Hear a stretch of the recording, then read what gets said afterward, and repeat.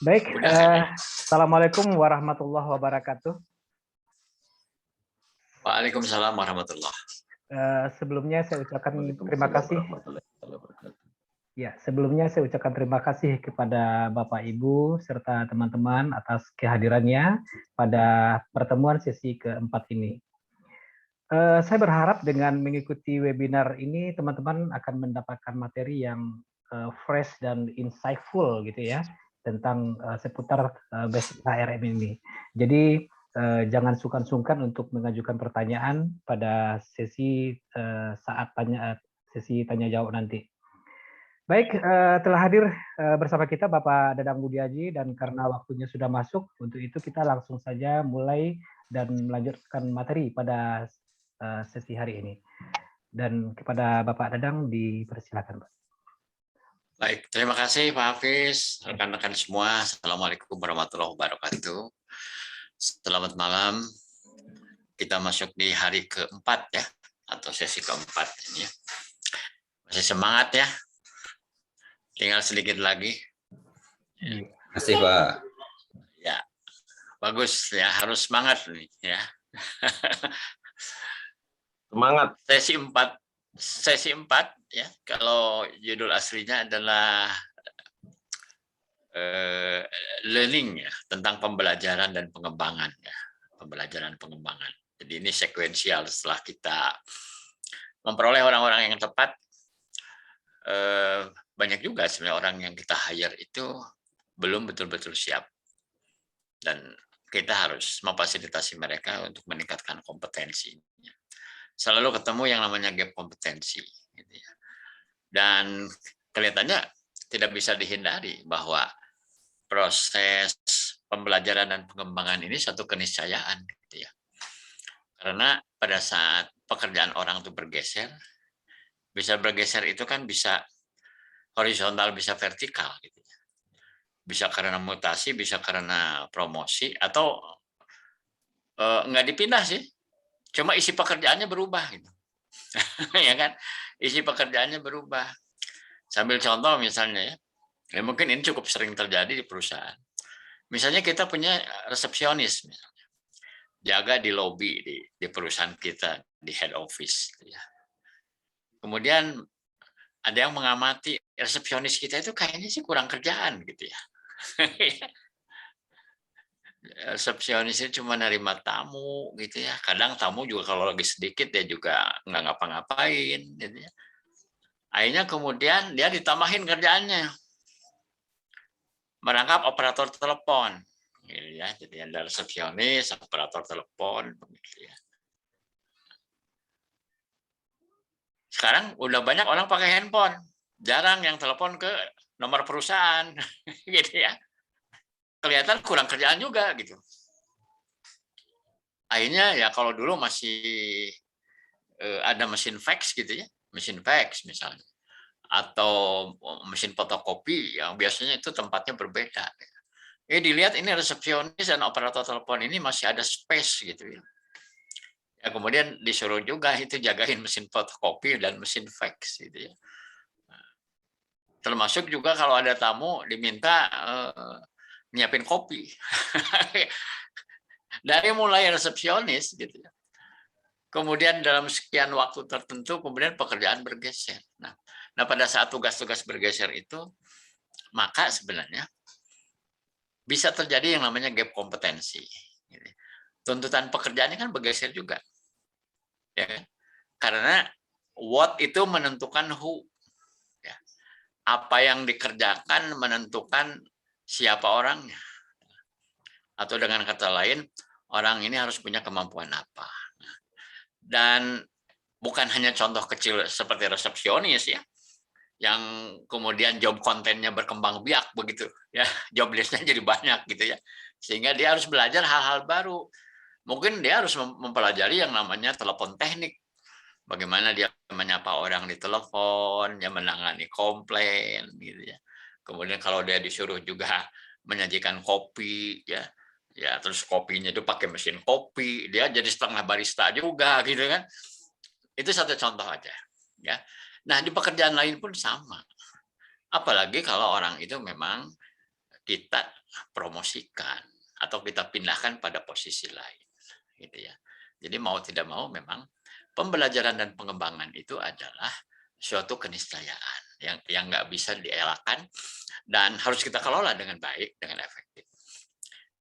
Itulah sedikit latar belakang gitu ya. Kenapa fungsi pembelajaran dan pengembangan ini adalah suatu hal yang memang merupakan bagian yang terintegrasi gitu ya dari pengelolaan SDM gitu ya. Baik rekan-rekan, supaya terstruktur saya sharing dulu materinya. Nanti Anda juga bisa kalau ketemu hal-hal yang ingin dikomentari bisa langsung ya.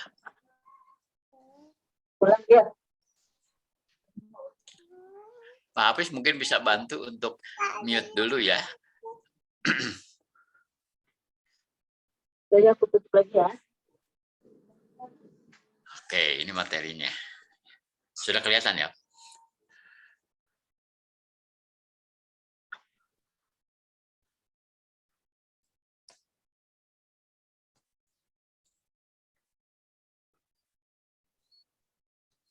Nah, yang dimaksud dengan pembelajaran dan pengembangan atau learning and development adalah kegiatan meningkatkan pengetahuan, keterampilan, kemampuan, dan karakteristik lain. Kita harus sudah mulai akrab nih dengan ada 3 huruf ini, KSAO. KSAO singkatan dari knowledge, skill, ability, and other characteristic. Ya, knowledge, skill, ability, and other characteristic. Nah, itulah yang sebenarnya disebut kompetensi. Jadi ini kegiatan meningkatkan KSAO tadi ya, dan kompetensi ya tentunya dalam rangka memenuhi kebutuhan bisnis organisasi. Jadi yang menjadi rujukan itu kebutuhan bisnis organisasi. Saya ambil contoh misalnya dulu waktu belum ada kereta api yang namanya Argo Gede, Argo Wilis itu ya. Itu kecepatan kereta api itu lebih lambat dari yang sekarang. Kemudian muncul yang namanya kereta api Argo Wilis, Argo Gede. Itu dengan kecepatan yang lebih tinggi dan bisa menempuh jarak ya. Kalau Argo Gede itu kan Bandung Jakarta. Argo Wilis itu Bandung Surabaya gitu ya. Nah, mungkin itu hanya sekedar menambah kecepatan atau ada beberapa fasilitas yang agak berbeda dibanding kereta api generasi sebelumnya. Tapi kemudian ternyata bahwa orang-orang yang bertugas ya, di kereta api jenis baru ini, itu tuntutan keterampilannya berbeda, bergeser. Nah, pada saat terjadi yang namanya gap kompetensi ini, mau nggak mau PT Kereta Api itu harus menyiapkan pembelajaran dan pengembangan sesuai kebutuhan bisnis organisasi. Ya. Sebentar lagi pun hal serupa akan terjadi lagi. Kita akan memiliki kereta cepat Bandung Jakarta. Ya, kalau sekarang Argo Gede gitu ya atau Parahyangan rata-rata mungkin kecepatannya antara 80 sampai 100 km per jam. Nanti akan menjadi berapa? Bisa 2 kali lipat kecepatannya dengan fasilitas yang berbeda, gitu ya. Maka kru ya atau SDM yang ditugaskan di kereta cepat ini pun akan berbeda ini profil tuntutan kompetensinya. Ya. Jadi pada saat bisnis berkembang, teknologi berkembang, customer-nya juga berubah, mau tidak mau, ya, maka kita perlu ya menyiapkan pembelajaran dan pengembangan. Jadi ini sesuatu yang dinamis. Jadi salah kalau menganggap bahwa training itu cuma event, udah cukup aja sekali gitu di awal, gitu, udah, kemudian dianggap selesai gitu, itu keliru. Ya. Pembelajaran, pelatihan dan pengembangan ini bukan sebuah event, tetapi suatu proses yang berkesinambungan, gitu ya. Jadi tidak bisa dipungkiri. Memang itu akan berjalan terus seperti itu. Ya. Baik. Apa sasaran yang mau kita capai di sesi ini? Ya. Sasaran belajarnya diharapkan kita bisa memahami teori dan pendekatan pembelajaran, merancang dan menerapkan berbagai kegiatan pembelajaran dan pengembangan, misalnya program pelatihan, program pembinaan, dan pendampingan dan tugas pengembangan. Jadi di sini termasuk sebenarnya adalah aktiviti seperti coaching and mentoring, gitu ya. Coaching and mentoring itu masuk. Jadi bukan hanya sekedar ngumpulin orang di aula terus dikasih pelatihan, ya. Bukan hanya yang konvensional seperti itu, gitu ya. Kemudian juga mengembangkan dan menerapkan struktur ya atau tatanan untuk berbagi, ya, untuk bisa orang saling sharing pengetahuan dan informasi dan memastikan retensi pengetahuan.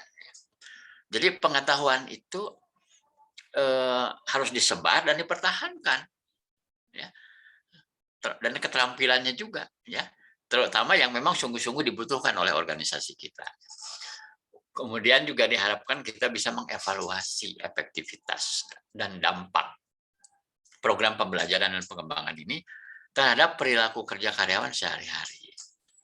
Ya kan jangan sampai begini, kita ngabisin uang banyak gitu untuk menyelenggarakan training gitu ya. Program-program pengembangan, workshop. Tapi kita tidak mengevaluasi. Mungkin saja kita menghabiskan uang banyak di perusahaan, itu bisa mungkin miliaran rupiah gitu. Tapi kan pertanyaannya, ada dampaknya tidak? Untuk itulah memang perlu dievaluasi. Nah, kemudian beberapa indikator yang indikator kemampuan ya, yang seyogianya kita sebagai pengelola SDM bisa menguasai ya, dalam subjek pelatihan dan pengembangan ini. Pertama adalah menggunakan praktik terbaik untuk mengevaluasi data tentang kesenjangan kompetensi. Jadi ini yang harus digarisbawahi, kesenjangan kompetensi atau kompetensi gap. Ya. Jadi misalnya tuntutannya setinggi ini, gitu ya, misalnya tuntutannya setinggi ini, tapi orang yang memegang jabatan itu setinggi ini di bawahnya. Berarti di sini ada suatu ruang. Ruang inilah yang disebut kompetensi gap. Harusnya dia itu menguasai suatu skill itu dengan skor 100 misalnya ya. Ternyata dia baru 70. Ya. Tingkat skill levelnya itu. Maka yang 30 ini disebut kompetensi gap. Nah, untuk menutup kompetensi gap ini salah satunya dengan cara pelatihan dan pengembangan. Jadi tidak bisa dibiarkan begitu saja. Biarkan dia mengikuti arus ya. Mungkin memang dia sadar nggak sadar akan belajar juga gitu ya. Tetapi kan itu tidak terstruktur, tidak terskenariokan dengan baik gitu. Jadi kita nggak tahu gitu ya. Ibarat orang suruh pergi ke suatu tempat yang dia tidak tahu, belum hafal gitu. Tidak dikasih peta gitu maksudnya kan. Jadi itu yang disebut trial and error kan gitu ya. Dan kalau trial and error itu kan biasanya tuh biayanya jadi mahal gitu ya. Karena kita hanya coba-coba gitu ya. Nah, berikutnya adalah membuat rencana pengembangan individu atau IDP ya, Individual Development Plan. Bekerja sama dengan supervisor dan karyawan. Jadi setiap orang itu seharusnya punya yang namanya IDP ini. Individual Development Plan. Tahun ini saya harus belajar apa? Untuk menutup gap kompetensi tadi. Ya. Kemudian menggunakan praktik terbaik untuk mengembangkan dan menyampaikan kegiatan pembelajaran dan pengembangan yang menutup kesenjangan dalam kompetensi dan keterampilan karyawan. Ya. Jadi kita harus melihat best practice yang mungkin sudah dilaksanakan oleh perusahaan-perusahaan terkemuka, gitu ya. Kalau di Indonesia misalnya mungkin yang sering menjadi benchmark rujukan itu adalah salah satunya ya, itu Astra International. Ya, dia punya yang namanya Corporate University. Ya, kalau dulu mungkin populernya itu Pusdiklat gitu ya, Pusat Pendidikan dan Pelatihan gitu, Astra ya. Lokasinya itu di Sunter ya, Jakarta Utara gitu ya. Itu Corporate University-nya Astra ya, yang dalam bidang pelatihan pengembangan itu sering menjadi kiblat banyak perusahaan di Indonesia ya. Dan yang lain juga saya kira banyak BUMN ya, termasuk juga dunia perbankan nasional untuk perusahaan-perusahaan bank yang papan atas gitu ya. Ya misalnya kita lihat seperti Mandiri, Bank Mandiri itu punya Corporate University ya. Kemudian PLN Ya, Telkom juga itu salah satu yang cukup menonjol ya. Telkom tuh punya corporate university-nya ya. Lokasinya di sana di Geger Kalong ya. Geger Kalong yang di bawah itu apa? Geger Kalong Hilir ya. Gerlong Hilir. Kalau yang di atas kan Girang yang dekat UPI gitu ya. Dan yang bawah gitu ya. Kalau dulu itu kan MBA Bandung gitu. Ya, sekarang itu menjadi Telkom Corporate University. Itu bukan Telio yang di Bojong Soang, di Bandung Selatan beda lagi gitu ya. Kalau itu kan kampus ya, universitas itu, Universitas Telkom itu beda lagi ya. Jadi kalau untuk para karyawannya itu dilatihnya itu di Telkom Corporate University gitu. Dan ada banyak contoh-contoh lain ya. Kemudian menggunakan semua sumber daya yang tersedia, misalnya vendor ya, pemasok program-program pengembangan ya, untuk mengembangkan dan menyampaikan program pembelajaran dan pengembangan yang efektif. Berikutnya adalah membuat jaringan sosial internal untuk memfasilitasi berbagi pengetahuan di antara karyawan. Ini kalau yang konsep modernnya itu yang disebut knowledge management. Mungkin pernah dengar ya, knowledge management. Bagaimana kita mengelola pengetahuan di dalam perusahaan kita supaya pengetahuan yang sangat kita butuhkan itu bisa tersebar, terdistribusi gitu di antara seluruh karyawan. Ya, itulah yang disebut sebagai knowledge management. Kemudian mengelola dan mendukung program untuk mempromosikan transfer pengetahuan. Ya, ini masih kaitan dengan konsep knowledge management. Ya. Kemudian indikator kemampuan kedua ini yang levelnya lebih advance gitu ya di bidang ini, yaitu merancang dan mengawasi upaya untuk mengumpulkan data tentang kesenjangan kritis dalam kompetensi. Ya. Jadi kesenjangan yang memiliki nilai signifikan ya, dalam kompetensi ini. Jadi kan kita prioritasnya adalah yang kritikal dulu kan begitu ya. Kemudian memberikan panduan untuk mengidentifikasi dan mengembangkan kompetensi penting yang memenuhi kebutuhan talenta organisasi.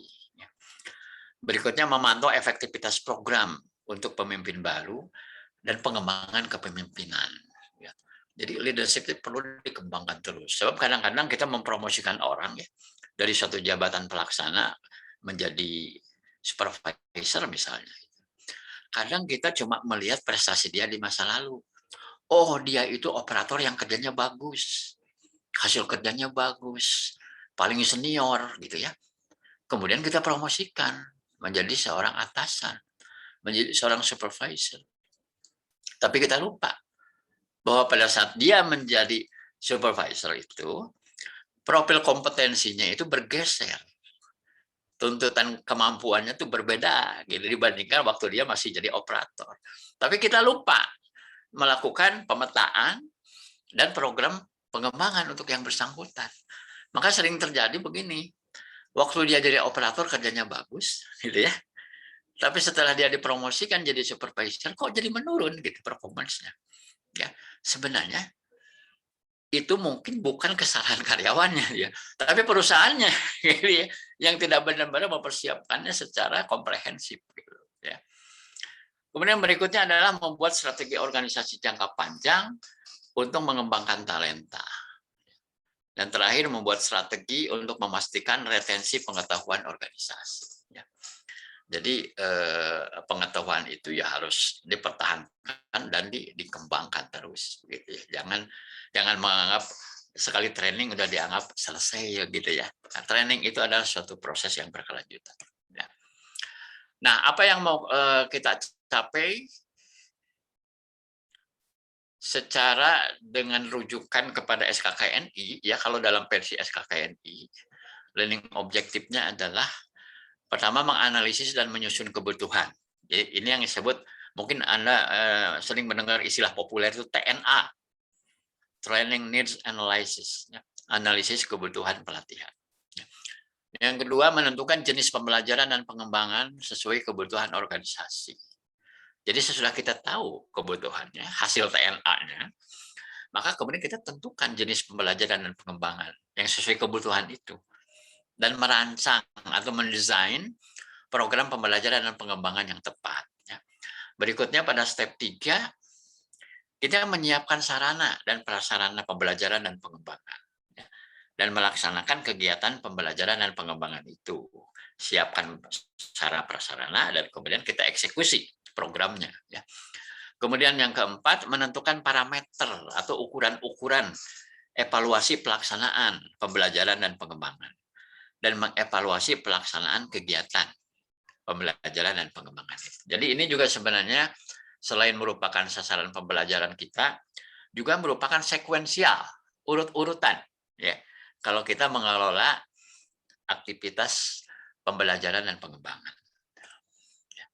Nah, kita lihat ruang lingkupnya. Ya. Ruang lingkup dari pembelajaran dan pengembangan ini ya sebenarnya sederhana ya.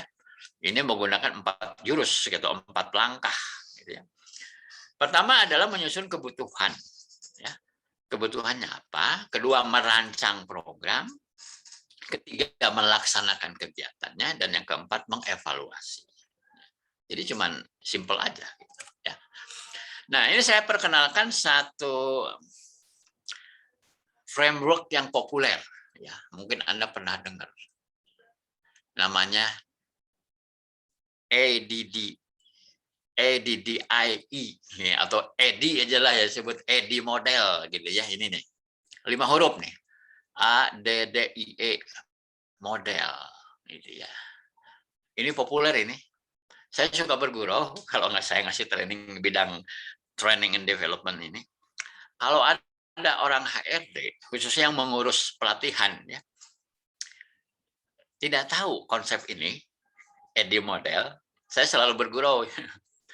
Itu seperti orang Muslim tidak hafal Al-Fatihah gitu.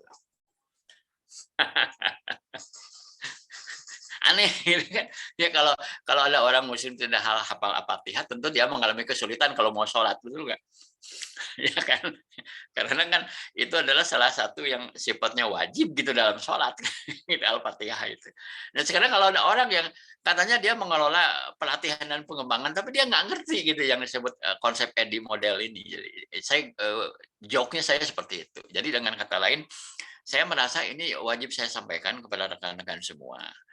Kalau kita ingin memahami yang disebut konsep dan framework pelatihan pengembangan itu, maka ini adalah salah satu alat bantu yang the legend lah ya, konsep yang legendaris gitu ya kalau kita bicara tentang konsep pembelajaran dan pengembangan ya. Coba kita lihat apa sih model pelatihan EDI itu. Model EDI adalah proses umum yang secara tradisional digunakan oleh desainer instruksional dan pengembang pelatihan ya. Jadi bukan cuma desainer baju gitu ya. Tapi ada yang juga disebut desain instruksional dan pengembang pelatihan ya. Dia mengembangkan program-program gitu ya. Ada 5 fase ya, makanya disebut EDI model ya. 5 fase itu singkatan kan sebenarnya. A-nya analisis, D-nya design, ya. D yang kedua adalah development, ya, diterjemahkannya pengembangan. I-nya itu implementasi, dan E-nya yang terakhir adalah evaluasi. Jadi, ya seperti ilustrasi yang di kanan ini, ya, EDI model itu. Ini sebuah siklus, ya, suatu siklus ya berputar searah jarum jam, begitu ya. Nah, dari A ini analisis, desain yang hijau nih, yang ungu develop, yang biru muda implementation, kemudian yang warna orange evaluate. Ya. Nanti balik lagi analisis.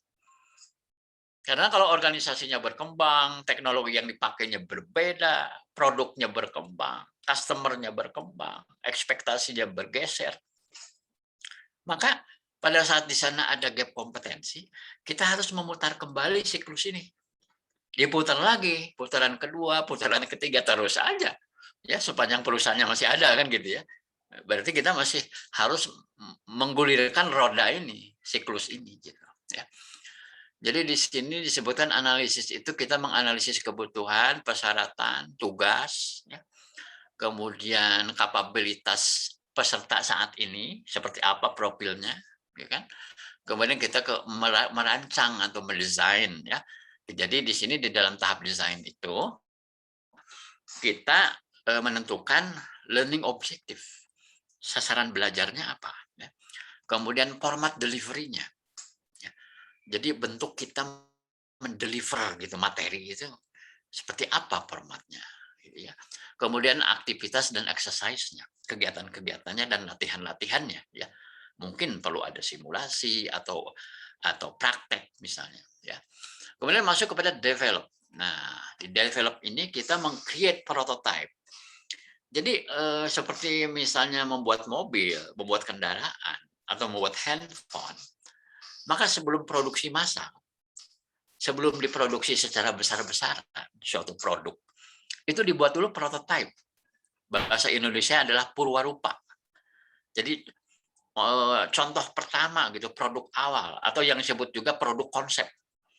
Ya. Jadi dibikin dulu prototipe-nya gitu, training gitu. Nah, nggak bisa begitu aja gitu ya, udah langsung jualan gitu ya. Ya idealnya dibikin dulu prototipe gitu ya. Kemudian kita mengembangkan materi pembelajaran, materi kursusnya ya. Develop course materials. Kemudian mereview, kita tinjau kembali. Ada kelemahan apa, kekurangan apa ya. Jadi di sini juga ada yang disebut pilot session. Pilot session ya. Jadi kalau untuk proyek disebutnya pilot project gitu ya. Proyek pertama gitu ya, proyek percontohan gitu. Maka ini ada sesi pencontohan. Ya. Atau kadang-kadang mungkin yang pertama itu disebut pesertanya session ini ya. Nah, kemudian yang berikutnya implementasi. Ya. Implementasi pelatihan, kemudian alat-alat atau instrumen di tempat itu apa yang diperlukan, media-media, alat peraga begitu ya. Kemudian observasi ya. Ini pada saat menerapkan ya. Jadi pada saat hari H pembelajarannya gitu. Kayak sekarang nih ketemu, berarti kita sudah ada di fase ini sebenarnya, fase implementasi. Kemudian masuk ke evaluasi. Jadi yang dimaksud implementasi di sini bukan menerapkan hasil belajar, bukan. Tetapi proses pembelajarannya dilaksanakan. Itu yang disebut implementasi. Nah, terakhir adalah evaluasi. Ya. Jadi di sini kalau menggunakan modelnya Kirkpatrick ini muncul 4 nih. Yang dievaluasi itu pertama awareness, yang kedua knowledge-nya, yang ketiga perilakunya atau behavior-nya, yang keempat hasil. Ada hasil enggak? Perilakunya berubah enggak? Ya. Performance-nya meningkat tidak? Itu yang dievaluasi. Ya.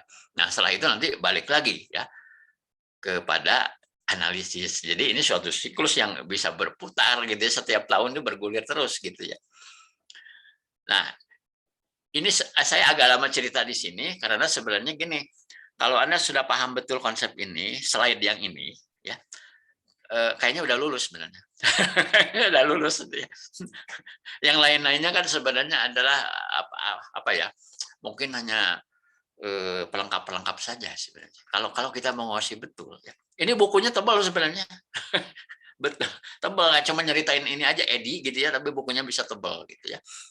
Nah, sebelum saya lanjut, silahkan mungkin ada pertanyaan boleh. Ya karena saya pikir konsep inilah yang paling penting gitu untuk dikuasai. Silakan.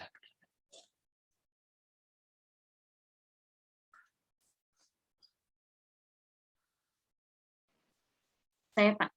Ya, silakan. Selamat malam Pak dan selamat malam. Gimana? Silakan. Itu Pak kalau misalnya mengenai training ini ya Pak ya, biasanya perusahaan tuh menganggap justru membuang biaya, banyak yang seperti itu ya Pak ya. Membuang biaya kan memang banyak uang lah yang keluar untuk melatih atau mengembangkan karyawan seperti itu Pak. Gimana itu Pak?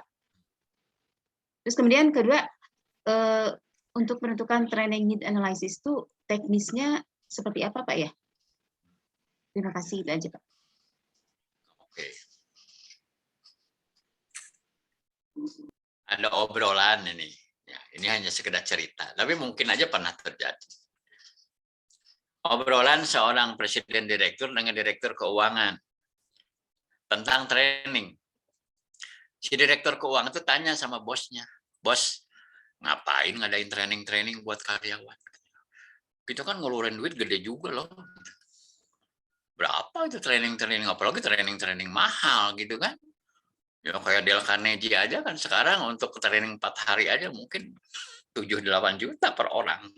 Ya. Kelasnya beda, gitu. Ijazahnya aja dari New York kan gitu ya. Bayangkan satu angkatan misalnya 40 orang, berapa itu? Itu bisa bicaranya ratusan juta, mungkin M gitu ya, kalau perusahaannya gede banget gitu dan banyak orang yang harus dilatih. Nah, itu yang diajukan ya pertanyaan oleh seorang direktur keuangan. Ya mungkin karena direktur keuangan tuh kalkulatornya tajam banget itu ya. Ini duit gimana kan? Ngapain ini ngabisin duit melatih terus mereka kalau udah pinter terus kabur gitu ya. Dibajak perusahaan lain gitu. Nah, kebetulan si presidennya itu orang yang ngerti betul tentang dunia manajemen SDM. Ya, ngerti betul hakikat pengembangan SDM. Dia balik bertanya begini, kalau nggak kita latih dan mereka terus nggak kemana-mana, tinggal terus dengan kita, gimana? Kalau nggak kita latih, berarti kan kita membiarkan karyawan kita tetap bodoh. Dan dia nggak kemana-mana. Kira-kira menurut Anda gimana? Masuk akal nggak? Jadi training itu tuh keniscayaan. Sama aja sekarang kayak begini. Anda kan punya anak misalnya. Bagi yang udah punya anak nih. Ngapain sih ngirim anak-anak ke sekolah? Yang udah pada lulus juga susah cari kerja. Kenapa tetap ngotot Anda pengen ngirim anak-Anda ke sekolah gitu? Malah dibela-belain di sekolah yang mahal, betul nggak? Jadi, kalau perusahaan pengen maju, pengen mencapai misi dan visinya, kita butuh SDM yang memadai. Yang punya kompetensi, yang punya engagement. Itu yang dibutuhkan. Ya. Dan membentuk karyawan yang kompeten, salah satunya lewat pelatihan dan pengembangan. Sesuai kebutuhan dia dan kebutuhan organisasi. Ya, itu harga yang harus kita bayar. Ya kan? Kalau nggak kita latih karena kitanya pelit atau terlalu hitungan, takut merasa rugi kalau dia kemudian nanti pindah kerja, ya akhirnya kita nggak pernah menyiapkan SDM kita sebagaimana seharusnya. Sama aja dengan berpikir begini, udah deh, misalnya kamu atau Anda bilang ke anak Anda nggak usah sekolah. Gimana nanti aja deh. Tuh banyak yang udah pada sekolah tinggi juga, lulus dari perguruan tinggi juga pada susah cari kerja. Jadi udahlah. Tuh banyak juga pengusaha sekolahnya juga nggak tinggi-tinggi amat. Gitu. Nah sekarang Anda mau pakai paradigma itu, ya, atau memakai paradigma yang begini, ya yang sekolah aja susah cari kerja, apalagi kalau nggak sekolah. Anda pakai mindset yang mana? Saya kira mending pakai yang kedua, lebih aman buat kita, betul nggak? Tahu menyekolahkan anak itu kan ikhtiar, betul nggak? Daripada membiarkan anak kita bodoh, buta huruf, gitu. Ya nggak? Ya, gagap teknologi, gagap ilmu pengetahuan, betul nggak? Lebih berisiko, betul nggak? Karena yang udah sekolah pun ternyata juga nggak gampang cari kerja. Ya, yang penting kita sekolahkan aja dengan sebaik-baiknya. Jadi inilah yang disebut training awareness dari pimpinan puncak. Ya, memang tidak semua pimpinan perusahaan atau owner itu memiliki training awareness. Ya. Ada juga yang memang nggak mau ya ngasih training gitu, tapi pengen punya karyawan yang bagus. Terus caranya gimana? Hanya ada satu cara. Membajak punya perusahaan lain. Betul? Kan nggak mau ngasih training, tapi Anda pengen punya karyawan hebat. Caranya gimana? Anda harus bajak karyawan yang saat ini sedang bekerja di perusahaan lain.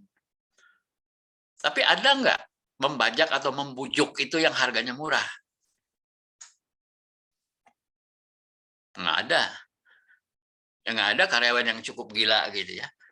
Mau pindah kerja ke perusahaan dengan gaji lebih kecil gitu ya. Kecuali karyawan yang lagi frustrasi gitu. Itu lain soal itu mah. Ya. Yang udah empet gitu dengan perusahaannya gitu ya. Ya enggak? Ya. Tapi kalau yang dalam keadaan normal mana ada gitu. Orang-orang yang udah punya kelas gitu terus mau aja pindah ke perusahaan yang bayaran lebih rendah dan tiap hari dicerewetin melulu. Saya emang nggak mau. Ya. Saya kira itu jawaban yang pertama gitu ya. Mudah-mudahan bisa menjawab. Intinya begini, membuat karyawan kita kompeten, itu harga yang harus kita bayar. Kalau pengen karyawan kita berprestasi. Betul nggak? Kan prestasi itu fungsi dari kompetensi. Ya nggak? Kompetensi adalah fungsi dari pembelajaran. Kan begitu. Jadi hubungan sebab akibatnya kan begitu gitu. Kausalitasnya. Orang dilatih. Sesudah dilatih jadi terampil. Betul? Sesudah terampil kerjanya lebih bagus. Ya. Kalau kerjanya lebih bagus, perusahaan diuntungkan nggak? Dia lebih jago jualannya, lebih bagus membuat produk, ya. Lebih bagus mengelola departemennya. Perusahaannya akan meningkat nggak prestasinya kalau kita punya orang-orang seperti itu? Pastilah. Ya. Itu mah konsekuensi logis gitu. Ya enggak? Gitu. Nah, sebelum masuk ke TNA, nah ini dulu, coba menurut Bu Haripah gitu, gimana? Bisa menjawab pertanyaan tadi nggak? Ya Pak, terima kasih. Tapi mungkin gini Pak, kenapa harus belajarnya secara formal? Baca aja buku, banyak kan buku gitu. Nah, kalau begitu, itu juga nggak salah. Gitu ya. Tapi mengukur keberhasilannya caranya gimana? Gini, Anda baca buku manajemen.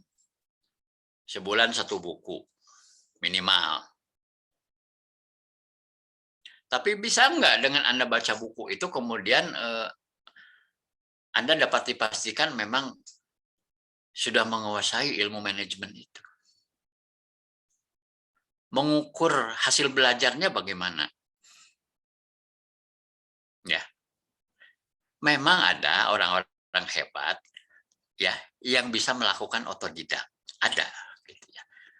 Tapi otodidak itu kan artinya kita nggak punya standar yang pasti gitu. Orang otodidak gitu. Betul nggak? Ya kalau orang otodidaknya sekelas Haji Agus Salim misalnya ya, Bung Hatta gitu. Wah itu mah orang-orang jenius. Ya. Haji Agus Salim bisa menguasai berapa bahasa itu.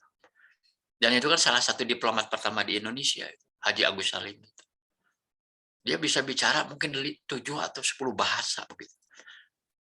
Dan dia nggak kuliah gitu.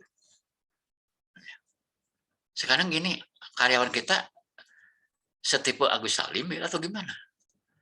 Gitu pertanyaannya gitu. Ya enggak? Apalagi sekarang. Orang belajarnya lewat TikTok gitu ya. Baru bisa masuk. Dikasih buku mah cuma dilihat jilidnya aja, terus ditaruh. Nggak diapa-apain. Ya, betul nggak? Rajin baca buku pun kalau nggak daftar di universitas kan nggak pernah bisa wisuda. Gitu. Iya nggak? Ya. Ada orang-orang hebat yang otodidak ya kalau itu contoh dalam sejarah atau Haji Agus Salim, Bung Hatta gitu ya. Ada nih motivator Indonesia yang top. Dia tuh nggak pernah sekolah, mungkin cuma sampai SD gitu. Tapi dia jadi pengusaha sukses dan jadi motivator. Pengen tahu siapa? Andri Wongso. Tahu Andri Wongso? Nah, saya kenal baik sama beliau ya, salah satu idola saya. Pengetahuannya luas, memang tiap hari baca buku kok lebih dari saya. Dia mah nggak pernah kuliah. Lalu dia ngakunya latar belakang pendidikan saya adalah Universitas Kehidupan. Ya. Kalau disuruh jalan sendiri-sendiri, kita itu nggak punya suatu structure. Jadi tidak jelas kurikulum dan silabusnya. Ya enggak? Karena kita kan dalam konteks perusahaan. Ya enggak? Jangan-jangan kita kasih buku, dia suruh baca, tapi yang dia bacanya itu sebenarnya nggak sesuai kebutuhan. Pertanyaannya, bisa mendongkrak prestasi enggak? Kalau yang dia baca itu, ya, bukan yang dibutuhkan. Itu yang pertama. Kedua, baca buku itu hanya meningkatkan knowledge. Hanya nambah pengetahuan.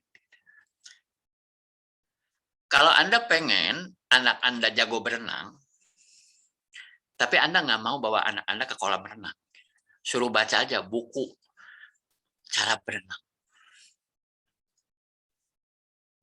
Ya, nanti minggu depan suruh dia langsung terjun di kolam renang dengan kedalaman 3 meter. Kamu kan sudah baca buku.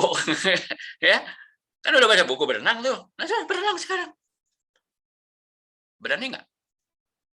Dijamin tuh anak kelelep gitu. Karena metodologinya salah. Kalau kita ingin mengajarkan keterampilan, harus banyak praktek. The skill of doing comes from doing, bukan comes from reading or listening. Because yang kita inginkan adalah the skill of doing, keterampilan melakukan sesuatu. Ya. Membaca itu paling ngerubah apa? Hanya nambah pengetahuan kok, tapi tidak mengubah keterampilan. Dan belum tentu juga mengubah sikap. Ya. Belum tentu misalnya orang baca buku kemudian sikapnya berubah gitu. Mungkin perlu treatment yang lain. Buku diperlukan tapi sebagai salah satu alat bantu gitu. Ya. Gitu kurang lebih. Silakan. Mau dilanjutkan lagi pertanyaannya, silakan. Jangan sungkan-sungkan. Itu Pak. Cukup ya. Pak. Sekarang, ya. Yang lain ada yang mau tanya, silakan. Pak Budi, silakan. Pak, maaf menyambung pertanyaan dari Bu Haripah. Apa saja Pak indikator keberhasilan dari pelaksanaan pelatihan pengembangan SDM ini? Gitu kan? Misalkan kita kan sudah memberikan pelatihan pengembangan untuk pegawai kita, indikatornya apa saja, kemudian ada nggak cara untuk mengukur efektivitas dari pelatihan yang kita berikan gitu Pak? Terima kasih Pak. Jawabannya di slide berikutnya Pak. Di dalam slide tentang evaluasi. Baik Pak. Oke. Yang dekat itu yang TNA yang tadi Bu Haripah tanyain TNA, ya, analisis kebutuhan pelatihan. Analisis kebutuhan pelatihan itu bisa kita lakukan dengan 2 perspektif. Pertama adalah perspektif individu dari karyawannya. Gitu. Kedua adalah perspektif organisasi. Organisasi menganggap perlu karyawan itu berlatih sesuatu. Karena punya tujuan, gitu ya, punya target baru, punya strategi baru, yang mungkin itu tuh belum kepikir oleh karyawannya, ya kan? Apalagi karyawannya sebenarnya belum punya yang namanya cita-cita karir, gitu ya, atau inspirasi karir, gitu ya. Dia cuma ngerasa di pekerjaan saya sekarang, saya mungkin harus belajar apa. Gitu. Kadang-kadang pada saat dia ditanya, misalnya kamu butuh training apa? Banyak juga yang nggak kepikir bahwa kira-kira 5 tahun lagi saya butuh apa ya. Gitu. Kebanyakan cuma mikirnya untuk kondisi saat ini. Ya kan, oh saya tuh belum bisa, ini menggunakan Excel, rumus makronya itu saya belum ngerti. Ya bisa, itu kebutuhan pelatihan. Dari sudut individu untuk kebutuhan saat ini. Ya kan? Nah, kalau dari perspektif organisasi kan biasanya itu jangkauan strategis. 5 tahun ke depan misalnya, 3 tahun ke depan. Misalnya perusahaan mau beli mesin baru. Dan di kita belum ada operator yang bisa pakai mesin itu. Ada kebutuhan pelatihan nggak? Ada. Sudah terpikir sama karyawan? Belum. Ya. Maka dari dua sumber itulah kita harus kombinasikan. Kebutuhan pelatihan itu bersumber dari pertama perspektif individu, ya. Yang kedua perspektif perusahaan. 3 tahun, 5 tahun ke depan itu ada nggak keputusan-keputusan strategis yang berdampak kepada munculnya kompetensi gap. Sehingga orang-orang itu harus disiapkan dari sekarang gitu. Saya percaya itu yang namanya kru kereta cepat itu saat ini sedang disiapkan loh itu. Mereka harus belajar apa? Ya kan? Dan itu kebutuhan organisasi. Karyawannya nggak kepikir gini, saya harus belajar apa? Pada saat saya kerja menjadi kru kereta cepat. Nggak kepikir. Ya memang bukan bagian dia kok. Nggak kepikir juga nggak apa-apa gitu ya. Justru yang harus mikir adalah top manajemennya. Ya kan, top manajemen yang harus mikir. Nanti karyawan saya tuh 3 tahun lagi, 5 tahun lagi, ya harus bisa apa? Gitu. Termasuk operasional dari jalan tol, kalau sudah menggunakan high tech gitu kan, ya kayak dulu kan, dulu ada penjaga gerbang tol yang sambil nawarin sonsi gitu ya, vitamin C, gitu ya. Sekarang kan udah nggak ada, ya nggak ada semua. Ya. Di Singapura, di Malaysia kan untuk check out dari pintu tol itu sudah nggak pakai kartu, gitu. Itu sudah pakai ada scan otomatis. Gitu. Ya. Jadi kita belum dipakai teknologinya, mungkin belum siap atau sebab lain. Ya. Teknisnya bagaimana? Nah, teknisnya adalah kalau yang dari perspektif individu, ya, kita bisa menggunakan alat bantu kuesioner dan wawancara. Alat bantu kuesioner dan wawancara. Ya. Nanti saya tampilkan contoh-contohnya, gitu ya. Nah, dari perspektif organisasi, ya, kalau itu kan top down, ya, dari atas. Di atas itu punya rencana apa, sehingga kemudian muncul kebutuhan-kebutuhan. Ya. Demikian, Bu Haripah. Iya Pak, terima kasih Pak. Ya. Ada yang lain yang mau tanya? Silakan.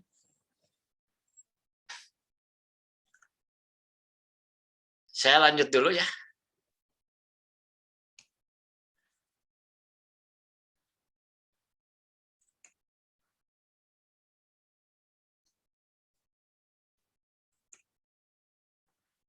Nah, menyusun kebutuhan. Ini langkah-langkahnya, ya. Bagaimana kita menyusun kebutuhan? Data dan informasi terkait kebutuhan dari diidentifikasi metode penggunaan. Hasil identifikasi dianalisis untuk menentukan kebutuhan pembelajaran pengembangan. Step 3, kebutuhan pembelajaran pengembangan dikompilasi ya berdasarkan pengelompokan yang sesuai dengan kebutuhan organisasi. Dan terakhir, prioritas pembelajaran pengembangan ditentukan sesuai dengan tingkat kepentingan dan ketersediaan sumber daya di dalam organisasi. Ya. Nah, ini model TNA ya, yang tadi Ibu tanyakan itu ya, model TNA.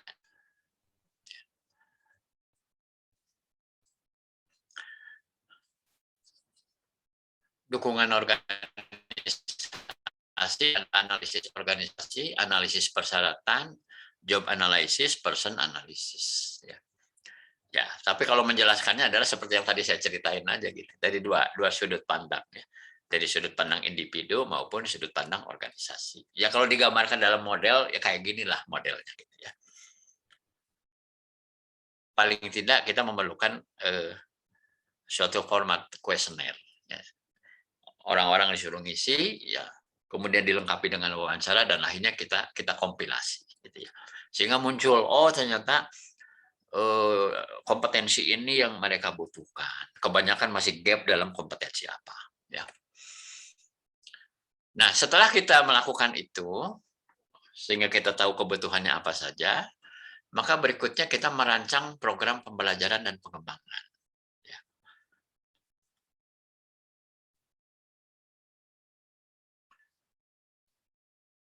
ini ada ilustrasi mengenai flow gitu ya. Bagaimana merancang pembelajaran ya. Untuk mengajar itu adalah untuk memodelkan dan mendemonstrasikan. Untuk belajar itu adalah untuk berpraktek dan merefleksikan ya. Nah, merancang itu step-stepnya kurang lebih seperti ini. Jenis pembelajaran dan pengembangan diidentifikasi berdasarkan hasil analisis kebutuhan. Jenis pembelajaran dan pengembangan ditentukan sesuai dengan efektivitasnya dalam menutup kesenjangan kompetensi. Step 3, program pembelajaran dan pengembangan disusun sesuai dengan tujuannya. Terakhir, program pembelajaran dan pengembangan ditetapkan sesuai dengan ketersediaan sumber daya organisasi.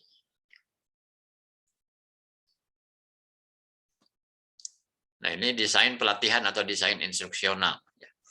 Inilah proses membuat blueprint untuk pengembangan pembelajaran. Jadi hal-hal yang perlu dipikirkan itu diantaranya adalah dari sisi konten, rencana, ya, desainnya, teknologi, dan delivery-nya. Jadi 5W1H-nya itu kita susun di sini. Rancangan pembelajaran. Ya. Nah, bagian penting di dalam desain instruksional itu sebenarnya adalah sasaran belajar. Ya. Ini perlu saya sampaikan karena sering ini terlupakan. Bahwa sebenarnya sebelum kita, seperti sekarang ya, kita ada training-training kayak gitu. Maka jangan dulu bicara konten. Gitu ya. Tapi kita tentukan dulu sasarannya apa. Ya. Maka kalau Anda lihat, modul-modul saya itu selalu dimulai dengan sasaran belajar. Karena dengan sasaran belajarlah, maka jelas gitu, kontennya harus apa dan evaluasinya bagaimana. Gitu ya. Nah, misalnya Anda sering mungkin melihat frase atau kata-kata seperti ini. Setelah pelatihan, peserta dapat, diharapkan peserta dapat. Nah, ada 3 domain atau 3 ranah. Ya. Ada ranah kognitif atau knowledge, ya. Ada ranah afektif atau attitude, dan ada ranah psikomotorik atau skill, keterampilan. Ya. Ini contoh-contoh nih kata kerja aktif. Kalau kognitif itu misalnya kata-kata mengetahui, memahami, dan seterusnya. Tapi kalau ranahnya attitude, misalnya kata kerjanya itu menyadari, menerima. Ya. Kalau psikomotorik atau keterampilan, ya, contoh kata kerja aktifnya itu adalah menerapkan, memperagakan, dan seterusnya. Ya. Dan ini adalah bagian yang paling penting. Ya. Dan kaitan dengan PNA itu, maka apa yang dirumuskan di sini harus menuju kepada menutup gap kompetensi tadi yang kita temukan pada saat kita melakukan PNA. Gitu. Ya. Nah, ini sedikit aja lah contoh ya. Sambil mencoba latihan ini ya. Ini contoh kita membuat yang namanya sasaran belajar. Ya. Ini kebetulan ada referensi dari pakar pendidikan itu ya.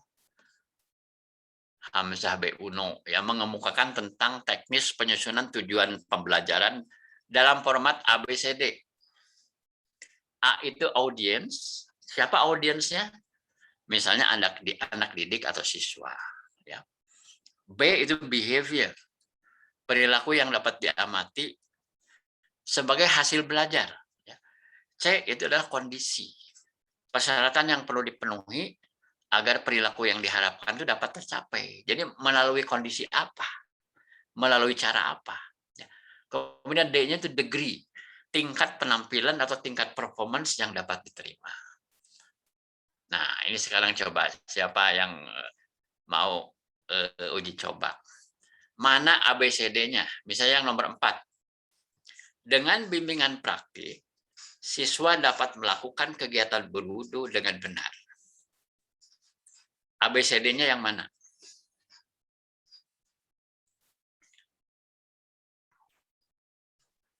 Ada yang mau nyoba? Mari kita. Silakan coba. Saya coba ya, Pak. Ya. Untuk yang audiensnya itu siswa. Ya. Kemudian behavior itu kegiatan berwudu dengan benar. Ya. Conditionnya itu bimbingan. Apa? Degree-nya Degree-nya itu berwudunya. Degree-nya berwudu.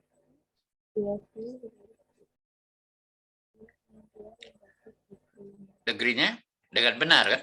Dengan benar. Iya. Nah, itu. A-nya audiensnya itu siswa, behavior-nya itu berwudu, kegiatan berwudu, condition-nya itu bimbingan praktik, ya. Degree-nya itu dengan benar. Artinya syarat dan rukun wudunya dilakukan dengan lengkap. Jadi ada parameter, degree. Ya. Ini contoh menyusun sasaran belajar yang memenuhi syarat, yang lengkap, komprehensif. Ya. Dan bimbingan praktik atau kondisi itu sebenarnya nama lainnya atau kita juga bisa menyebutnya sebagai metode. Metode belajarnya, betul nggak? Metode belajarnya bimbingan praktik. Bukan dengan membaca buku, gitu kan? Kalau metodenya suruh baca buku, berarti kalimatnya begini: dengan membaca buku secara mandiri, gitu kan? Siswa dapat melakukan kegiatan berwudu dengan benar. Dan ini agak nggak nyambung. Nggak nyambungnya kenapa? Antara metode dan perilaku yang diharapkan, ya, itu seolah-olah ada missing link gitu. Karena kalau kegiatan berwudu kan sifatnya motorik, betul nggak? Psikomotorik, melakukan sesuatu, ada gerakan anggota badan begitu, ya. Kalau belajarnya hanya dengan baca buku, gimana? Bakal efektif nggak? Sama aja yang tadi itu, belajar berenang tapi nggak ke kolam renang, hanya disuruh baca buku tata cara berenang, gitu ya maksudnya ya. Ketangkap nggak maksudnya?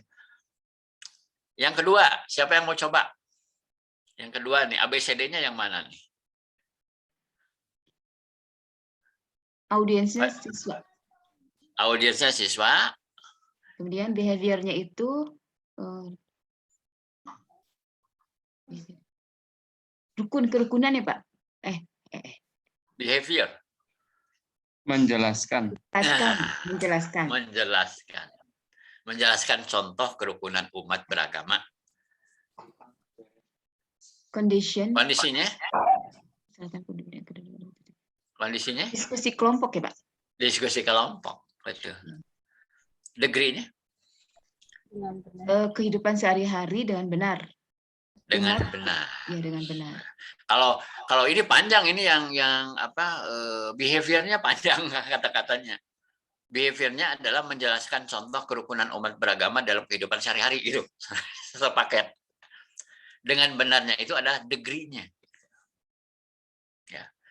Degree ini kualitatif kalau lihat contoh ini. Tapi kalau mau kuantitatif, misalnya disebutkan contoh kehidupan kerukunan umat beragama sebanyak 10 contoh, misalnya 10. Berarti disebutkan kuantitatif. Gitu. Dengan benar, ya dengan benar pun nanti harus ada definisinya. Ya. Dengan benar itu bagaimana? Apakah pengertiannya sama? Orang yang mendengar itu pengertiannya sama dengan kita atau bagaimana? Ya. Yang ketiga, yang ini nih, contoh yang ini. Terakhir, siapa yang mau coba? ABCD-nya di mana? Ya, Pak. Ya, silakan Pak. Maka Pak Budi, Pak Budiawan. Silakan Pak Budi. Pak Budi. Audiensnya siswa, kemudian behaviornya adalah membedakan pola pengubinan teratur dan pengubinan tidak teratur. Kemudian condition-nya adalah mengamati gambar, degree-nya adalah teliti. Betul. Ini saya contoh, ya kebetulan ini kan pedagogi, ilmu pendidikan. Tapi Kalau di perusahaan ya namanya andragogi gitu, pendidikan orang dewasa gitu kan. Kalau di sekolah itu kan pedagogi, pendidikan anak gitu. Tapi kan konsep dan frameworknya sama aja sih sebenarnya. Ya, hanya mungkin pilihan-pilihan metodologinya yang berbeda nanti. Ya. Ya ini contoh. Jadi saya kira kalau kita mau mendesain pembelajaran itu, bagian pentingnya menurut saya adalah setelah kita memperoleh hasil gap kompetensi dari TNA, maka kan berikutnya kita menyusun ini, gitu, sasaran belajarnya. Ya. Sampai sini ada yang mau ditanyakan? Silahkan.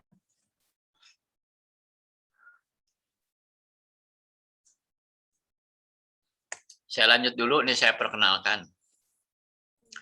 Ini kalau di orang-orang yang kuliah di UPI atau di IKIP ini pasti sangat dikenal beliau ini.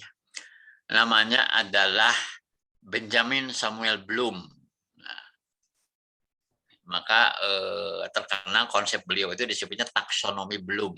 Ya. Taksonomi Bloom adalah struktur hierarki yang mengidentifikasikan skills, mulai dari tingkat yang rendah hingga yang tinggi. Ya. Taksonomi Bloom dibuat oleh seorang psikolog bernama Benjamin Samuel Bloom pada tahun 1956 untuk tujuan pendidikan. Dan memang beliau itu spesialisasinya adalah psikologi pendidikan. Bloom mengklasifikasikan tujuan pendidikan ke dalam 3 ranah atau 3 domain, yaitu ranah kognitif, ranah afektif, dan ranah psikomotor. Di mana setiap ranah itu lebih lanjut, lebih rinci dipecah menjadi beberapa bagian, gitu ya. Nah, ini yang disebut taksonomi Bloom, ya. Nah, ini contoh, ya, taksonomi. Tadi kan disebut ada kognitif, ada afektif, ada psikomotorik. Ya, jadi pada saat kita menyusun sasaran belajar itu, maka kita perlu menentukan ya level taksonominya gitu, ya. Jadi di sini Anda lihat nih di sebelah kanan taksonomi tujuan kognitif menurut Bloom, ya. Pertama adalah mengingat, hanya sekedar pengetahuan ya, mengingat dan menghafal. Ya. Berikutnya adalah pemahaman, menerjemahkan, menginterpretasikan, menyimpulkan. Berikutnya penerapan. Sampai yang tertinggi adalah melakukan evaluasi. Jadi kata kerjanya adalah membandingkan nilai-nilai, ide-ide, metode, dan sebagainya dengan standar tertentu. Makin ke atas berarti levelnya makin tinggi. Yang paling rendah kan hanya sekedar tahu. Yang paling tinggi adalah bisa melakukan suatu evaluasi. Nah, ini contoh untuk domain kognitif atau pengetahuan. Ya.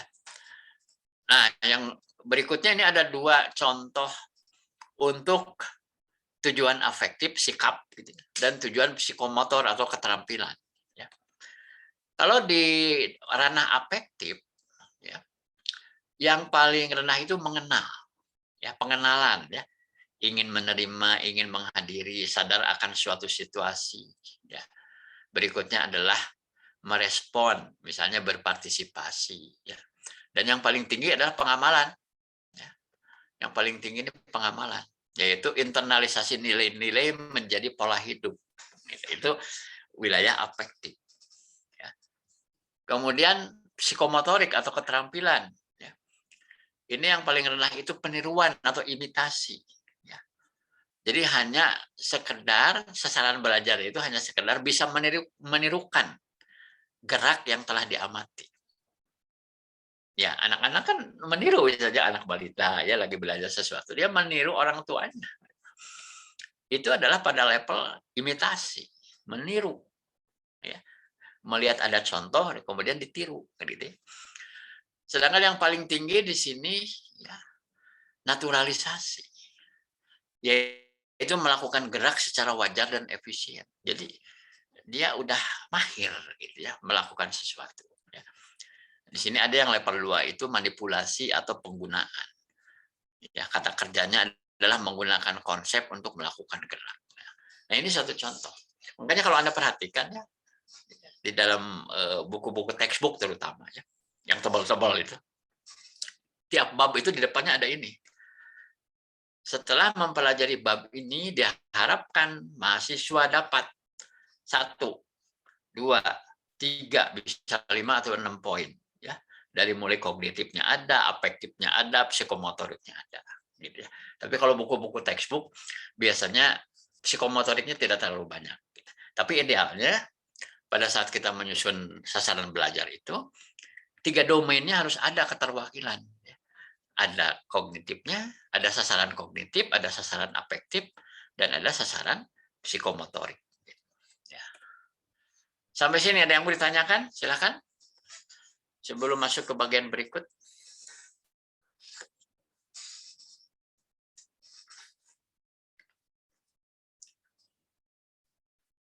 Gimana, makin menarik atau makin bikin pusing ini?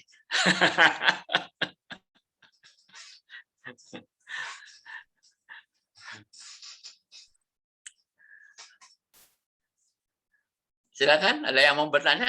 Boleh.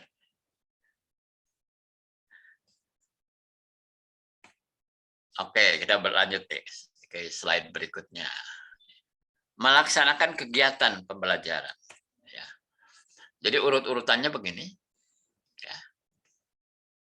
Sarana dan prasarana pembelajaran pengembangan diidentifikasi sesuai kebutuhan. Ya, jadi kita butuh apa?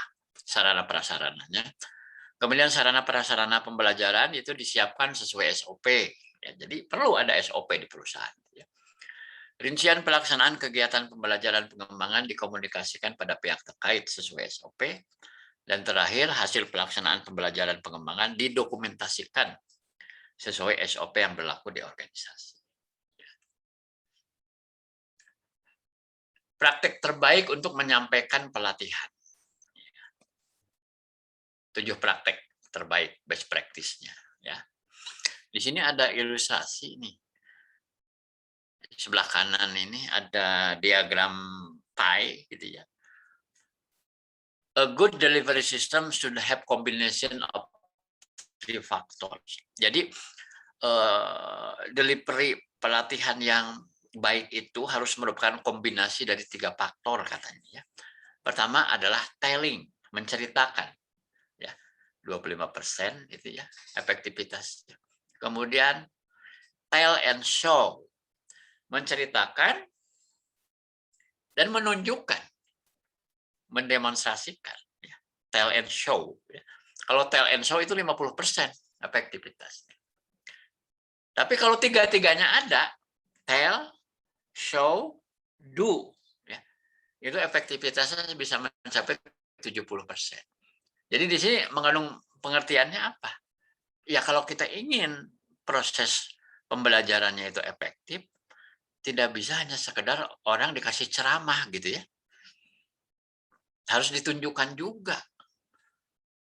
Ada demonstrasi, ada peragaan begitu. Dan kemudian disuruh dia melakukannya, do nih. Ya. Barulah itu optimal, gitu ya, 70% setidaknya bisa tercapai. Ya.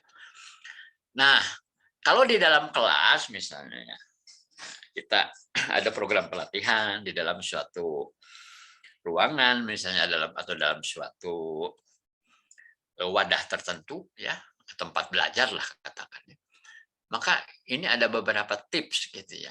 Jadi kita harus bisa mengontrol dan memanfaatkan energi kita sendiri ya.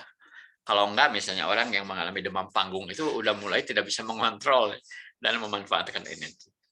Kedua, tunjukkan minat dan antusiasme.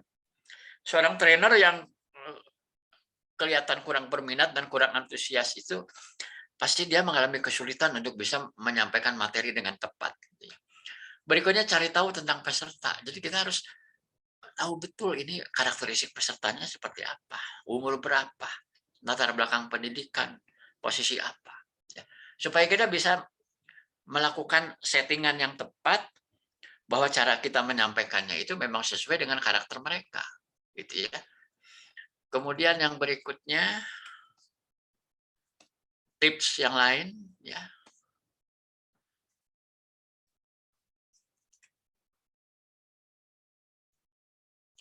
Sajikan poin utama ya, sesi pelatihan. Jadi poin-poinnya dulu juga harus disampaikan, kemudian ajukan pertanyaan untuk melibatkan peserta. Kadang-kadang interaktif itu justru alat bantu yang cukup powerful ya, interaktif. Bersikap profesional dan berhati-hati tentang bahasa tubuh, ya. body language kita. Sediakan waktu yang cukup untuk mendiskusikan pengetahuan baru dan mempraktikkan keterampilan baru. Ya.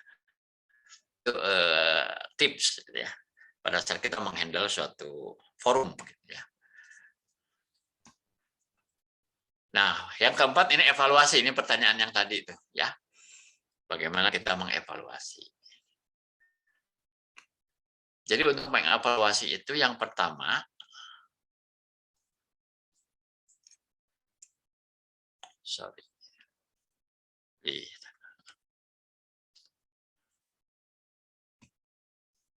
saya ulangi, ya, barusan keluar.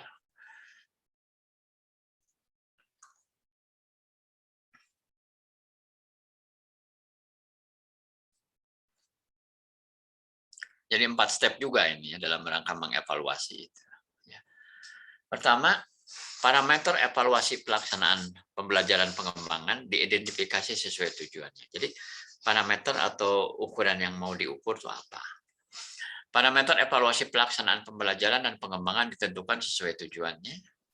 Pelaksanaan kegiatan pembelajaran pengembangan dievaluasi dengan menggunakan parameter dan metode evaluasi yang telah ditentukan, dan terakhir hasil evaluasi dianalisis untuk merumuskan rencana perbaikan yang berkelanjutan. Ya. Nah, ini yang legendaris, ya, yang legendaris tentang bagaimana kita mengevaluasi efektivitas program pelatihan pengembangan. Ya.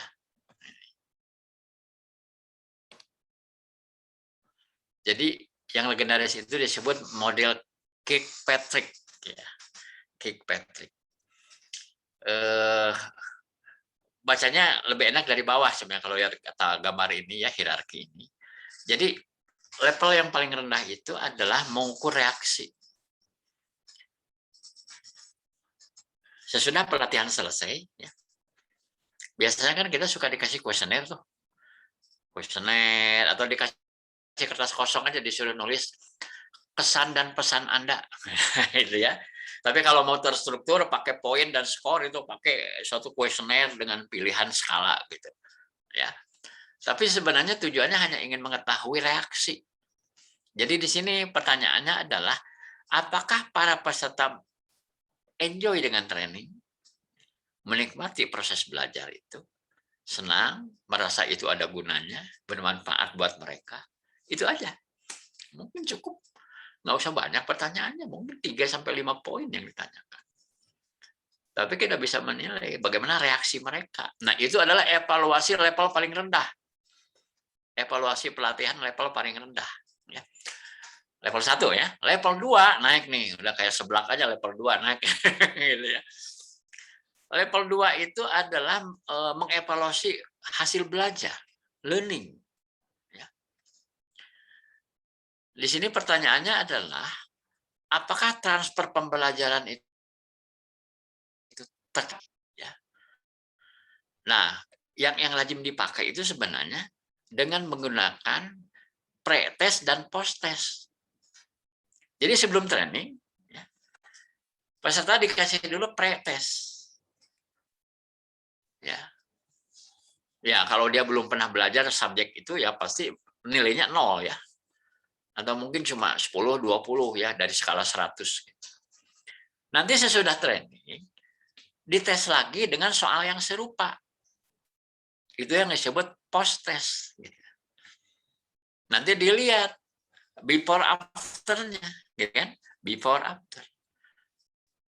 Misalnya hasil pre-testnya itu 10 atau 20, hasil post-testnya 80. Sudah terjadi perubahan nggak?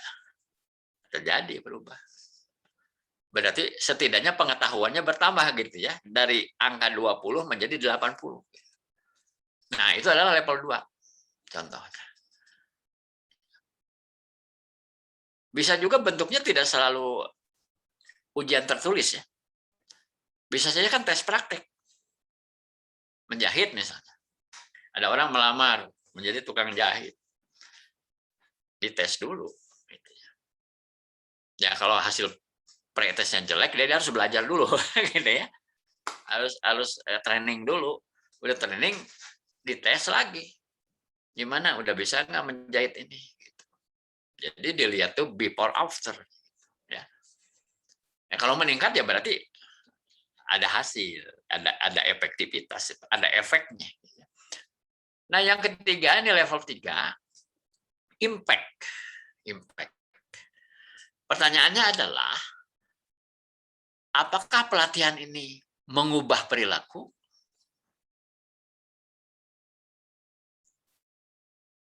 Mengubah perilaku enggak? Tapi cara mengetahuinya gimana? Ini dilihat setelah beberapa waktu. Misalnya apa? 1 bulan sesudah pelatihan. Dilihat.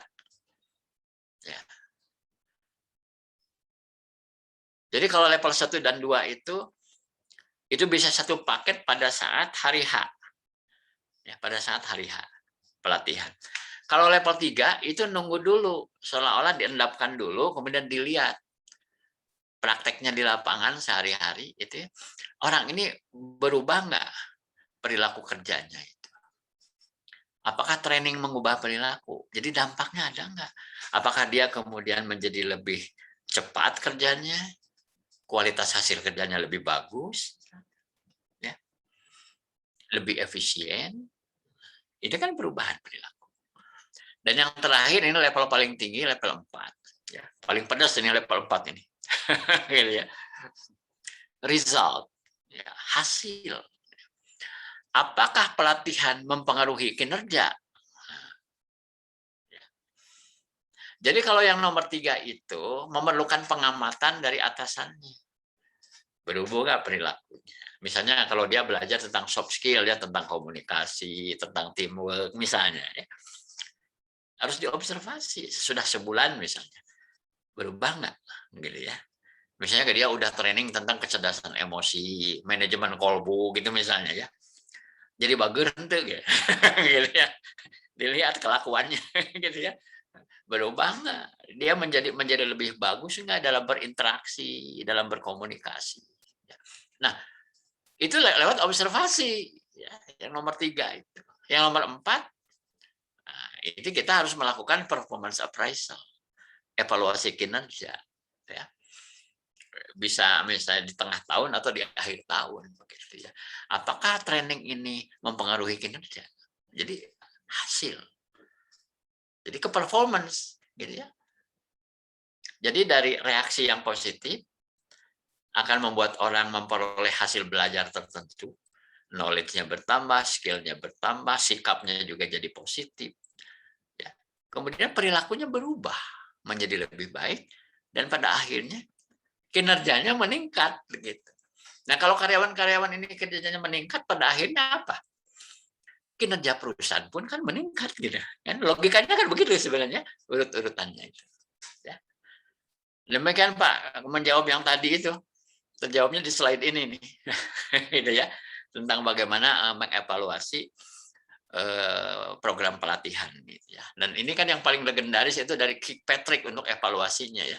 Kalau untuk konsep umumnya adalah yang Edi tadi ya. Oke, sampai sini silakan, mungkin ada yang mau ditanyakan. Boleh.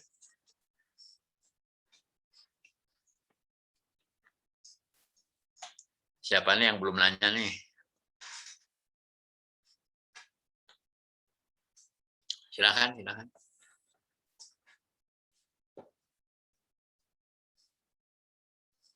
Mbak Ika belum nanya, Mbak Ika. Silakan Belum, kalau ada Pak. yang belum.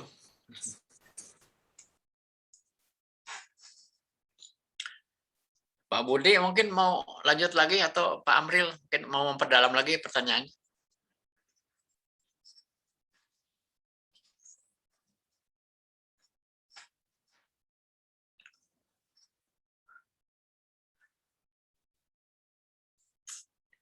Mbak Haripah gimana? Muncul pertanyaan baru. Pak, kalau misalnya sudah dilatih ya, ternyata tidak menimbulkan apa-apa tuh gimana Pak?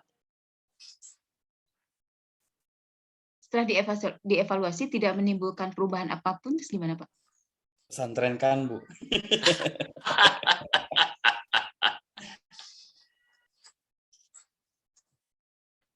Harus dicari tahu sebabnya. Bisa pakai ini fishbone, ya, diagram fishbone itu. Apa ini yang salah gitu ya. Bisa juga begini, dia sebenarnya mungkin pengetahuannya bertambah, ya, skillnya bertambah, tapi kenapa perilaku dan prestasinya nggak berubah? Yang sering terjadi kan gitu. Pada saat post test nilainya bagus, sehingga dikasih sertifikat tuh lulus gitu, ya kan? Kan orang dikasih sertifikat itu kan karena hasil post testnya bagus, ya nggak? Udah dapat sertifikat. Berarti pada saat dia balik ke perusahaan, pulang dari workshop sekian hari itu, di kepalanya itu udah ada pengetahuan baru, kan begitu. Ya udah ada latihan, dia lebih terampil melakukan sesuatu. Begitu. Tapi kenapa? Kok nggak ada perubahan apa-apa pada saat dia balik ke perusahaan? Perilakunya tidak berubah, hasil kerjanya pun nggak berubah. Dan jangan heran yang kayak gini tuh banyak. Apa sebabnya? Jawaban yang gampang adalah yang internalnya dari dalam diri dia sendiri, memang dia belum ada suatu niat yang kuat untuk mempraktekkan apa yang sudah dipelajari. Itu yang pertama, ya. Yaitu the power of execution-nya belum ada gitu ya dalam diri dia itu. Yang kedua, lingkungannya tidak mendukung. Dia belajar Excel gitu ya, menggunakan versi yang terbaru, ya. Tapi di perusahaannya Excel-nya versi lama. Bisa dipakai enggak itu yang dia pelajari? Berarti daya dukung dari sisi software, perangkat kerja, ya, membuat dia tidak mempraktekkan begitu. Ya. Tapi kalau dugaan saya ya, kalaupun yang kayak gitu ada ya, saya lebih curiganya ini itu karena atasannya tidak menindaklanjuti. Sebenarnya gini loh, mengembangkan manusia itu prosesnya itu mirip lari estafet. Pada saat dia ikut workshop, dikirim kemana begitu ya, sekian hari gitu ya, mungkin masuk camp gitu ya, seminggu gitu ya, belajar sesuatu. Pada saat dia ada di dalam workshop, itu dia mendapat pembelajaran dan pembinaan dari trainer, betul nggak? Dari instrukturnya gitu. Udah sampai kemudian post testnya bagus. Tapi pada saat dia balik ke tempat kerja, atasannya tuh nggak ngapa-ngapain gitu. Harusnya ada tongkat estafet dari instruktur kepada atasan. Mangga selanjutnya tugas atasanlah yang memfasilitasi supaya apa yang dia sudah pelajari itu dia praktekkan. Betul nggak? Saya sekarang nanya deh, kalau anak buah Anda dikirim training, terus dia balik dari training, Anda pernah nanya nggak sama bawahan Anda? Kamu kemarin belajar apa? Dapat hal-hal baru nggak? Kira-kira ada nggak sih yang kita bisa praktekkan di tempat kita sekarang? Pertanyaan saya, Anda pernah melakukan itu nggak? Enggak, Pak. Nah, harusnya kan nggak perlu nanya dong. Anda sendiri tidak mewujudkannya supaya itu terjadi. Betul? That's the point. Yang salah siapa? Atasannya. Terus caranya gimana dong? Nah, harus ada yang bisa menjembatani antara proses belajar dengan proses eksekusi di lapangan. Ya. Caranya apa? Di akhir pelatihan, kita minta peserta membuat action plan. So what? Anda kan udah belajar ini, belajar ini, belajar ini. So So what? Ada yang bisa diterapkan nggak di tempat Anda?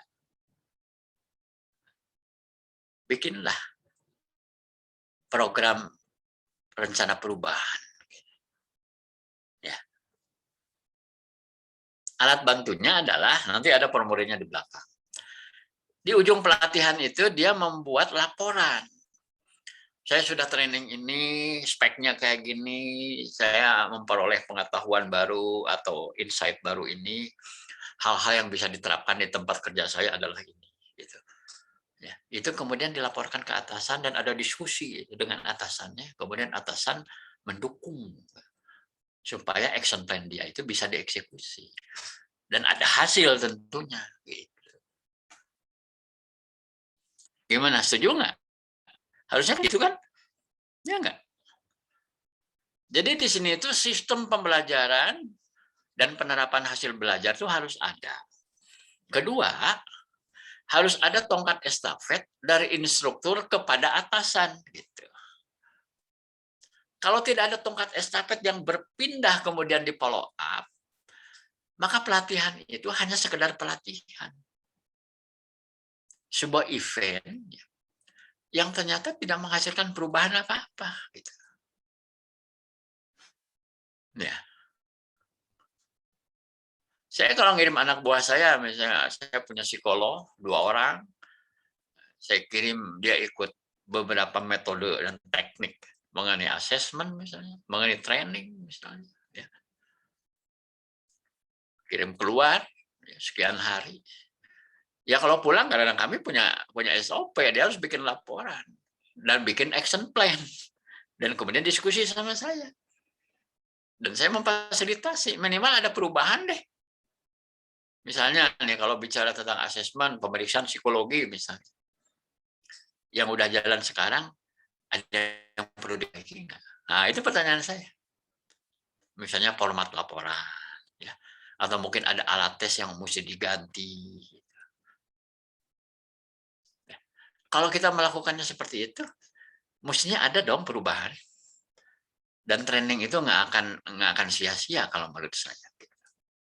Setuju nggak? Ya, harusnya kan begitu. Ya kan gitu. Jadi nggak bisa berdiri sendiri itu seolah-olah udah di training terus kita mah diam aja lah. Nanti akan baik dengan sendirinya. Nggak bisa. Nggak bisa kayak gitu. Kita harus benar-benar mengawal ini prosesnya itu sampai kemudian menjadi suatu program kerja yang ada hasil begitu. Gitu, Bu Harifah. Ya. Terima kasih, Pak. Ya. Silakan, mungkin ada yang lain yang mau tanya. Ini ada yang nggak kelihatan wajahnya, nggak keluar. Silakan mungkin. Silakan. Mari kita. Kan kayak yang kita sering dengar tuh Pak, orang kan ada yang introvert, extrovert gitu kan Pak.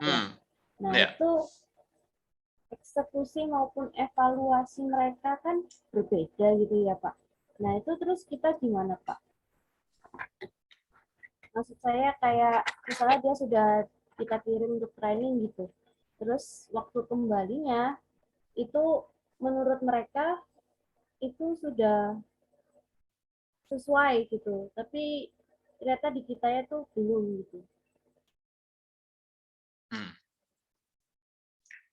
Emang pengaruhnya apa orang introvert atau extrovert itu?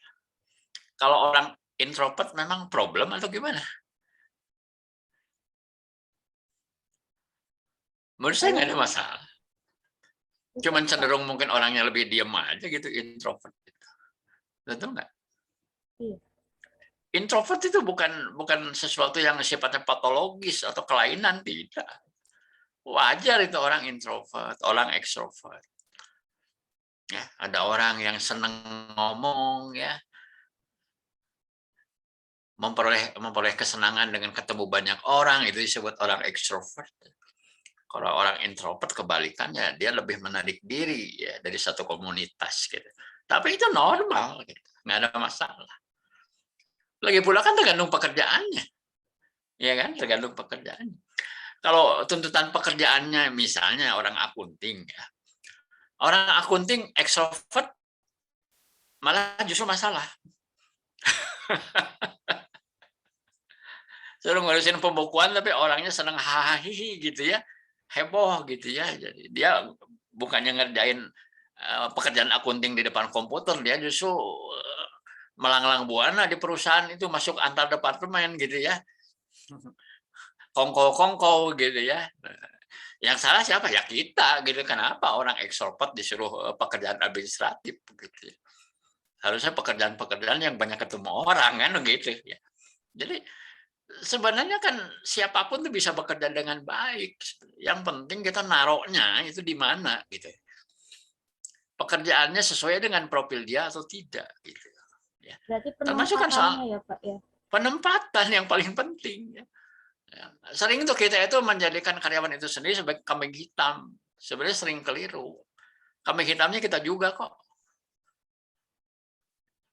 Yang salah menilai dan salah menempatkan. Ya kan? Bahkan ada orang introvert itu menjadi ekstrovert juga. Kalau ketemu orang yang akrab. Betul nggak? Ya. Misalnya Ibu Saulina misalnya pendiam gitu ya. Misal. Tapi kalau dengan saya udah akrab, ketemu saya justru malah dia lebih banyak ngoceh gitu. Bisa terjadi kan kayak gitu. Ya enggak? Jadi ini sering ada satu anggapan yang salah seolah-olah introvert itu adalah bermasalah. Enggak kok. Enggak. Kecuali kalau introvertnya ekstrim banget gitu ya. Ngomongnya itu berapa ya sehari itu cuma beberapa kata yang dikeluarkan. Gitu. Tapi sebenarnya kalau memang dia juga tidak dituntut untuk banyak bicara atau tidak ketemu banyak orang ya, karena tidak dituntut oleh pekerjaannya, ya nggak ada masalah sih. Ya nggak? Sekarang kayak orang-orang yang mengerjakan banyak secara teknis dengan data, dengan mesin gitu ya. Kadang-kadang kalau seorang montir banyak ngerjain benerin mobil sambil banyak ngobrol, malah itu kendaraannya nggak beres-beres malah. Karena keasikan ngobrol ya, betul nggak? Ya. Jadi sebenarnya seorang mekanik yang introvert menurut saya ya mungkin lebih pas daripada dia ekstrovert gitu ya. Benerin mobil rusak tapi selalu sambil kongko-kongko. Jadi yang penting sebenarnya adalah the right man on the right place ya. Orang yang tepat di tempat yang tepat ya. Kalau karakter pekerjaannya itu menuntut tidak banyak bicara, menuntut tidak banyak ketemu orang, ya taruhlah orang yang cenderung introvert. Kalau pekerjaannya ketemu banyak orang, seperti orang sales, marketing, orang HRD, ya seperti saya kan memang harus agak ekstrovert gitu. Kalau nggak bisa saya ngoceh gitu 2 jam 3 jam dengan nikmat kan nggak mungkin kan gitu ya. Ya harus cenderung ekstrovert. Sekalipun sebenarnya saya itu nggak ekstrovert. Profil psikologi saya itu sebenarnya tidak ekstrovert. Gitu ya. Tapi kalau disuruh ngomong hal-hal yang saya kuasai, saya jadi ekstrovert, gitu kan? Ya menggelontor aja gitu ya kayak air sungai gitu ya. Jadi kadang introvert ekstrovert juga situasional kalau menurut saya. Kalau dia ketemu orang yang sangat kenal, disuruh bicara hal-hal yang dia sukai, yang dia kuasai, orang malah yang semula introvert jadi ekstrovert. Betul nggak? Iya, Pak. Orang pendiam, hobi main bola, hobi nonton sepak bola, ketemu sama temannya yang sama-sama hobi nonton bola, bakal rame nggak? Rame, ngobrolin bola, gitu kan? Gitu ya. Demikian Mbak Regita. Nggak tahu pertanyaannya itu bukan sih, boleh diulang nih kalau memang saya belum menjawab yang ditanyakan. Kadang tuh saya sering dengar kalau misalnya orang introvert tuh punya cara kerja mereka sendiri gitu loh. Terus ekstrovert punya cara kerja mereka sendiri gitu. Nah, kalau evaluasi ini kan kadang kita ngelihatnya kan dari cuman satu patokan aja gitu. Mungkin yang di introvertnya menurut mereka ini sudah bagus, yang ekstrovertnya sudah bagus, kayak gitu. Menurut mereka masing-masing gitu loh, Pak.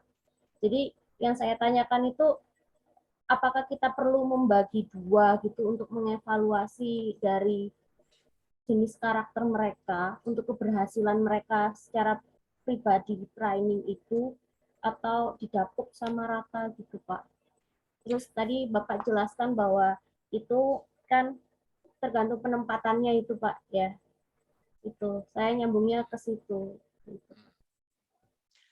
Ya sebenarnya sih barangkali begini, itu yang disebut perbedaan-perbedaan individu ya. Di dalam psikologi industri disebutnya sebagai individual differences. Ya, perbedaan-perbedaan individu. Salah satunya adalah perpindahan dari kecenderungan. Kecenderungan diam, introvert, kecenderungan untuk senang ketemu orang adalah extrovert. Ya. Pembelajarannya ya, hanya metode pembelajaran. Kita harus pandai-pandai gitu, mentreatment dua karakter orang yang berbeda. Dan itu suatu seni. Seni bagaimana kita memberi pelatihan sebenarnya. Ya ada metodenya, ada strateginya. Tapi yang jauh lebih penting adalah jam terbang kalau menurut saya. Ya. Makanya kalau Anda senang mengajar, melatih, ya Anda harus terus gitu. Ya. Seperti pilot aja gitu kan. Senioritas dan kapasitas mereka kan tergantung jam terbang. Gitu. Ya kan? Ya seperti saya disuruh ngajar mau seharian juga kan saya mah enjoy aja. Ya. Dari tahun 83 saya udah mulai mengajar. Gitu.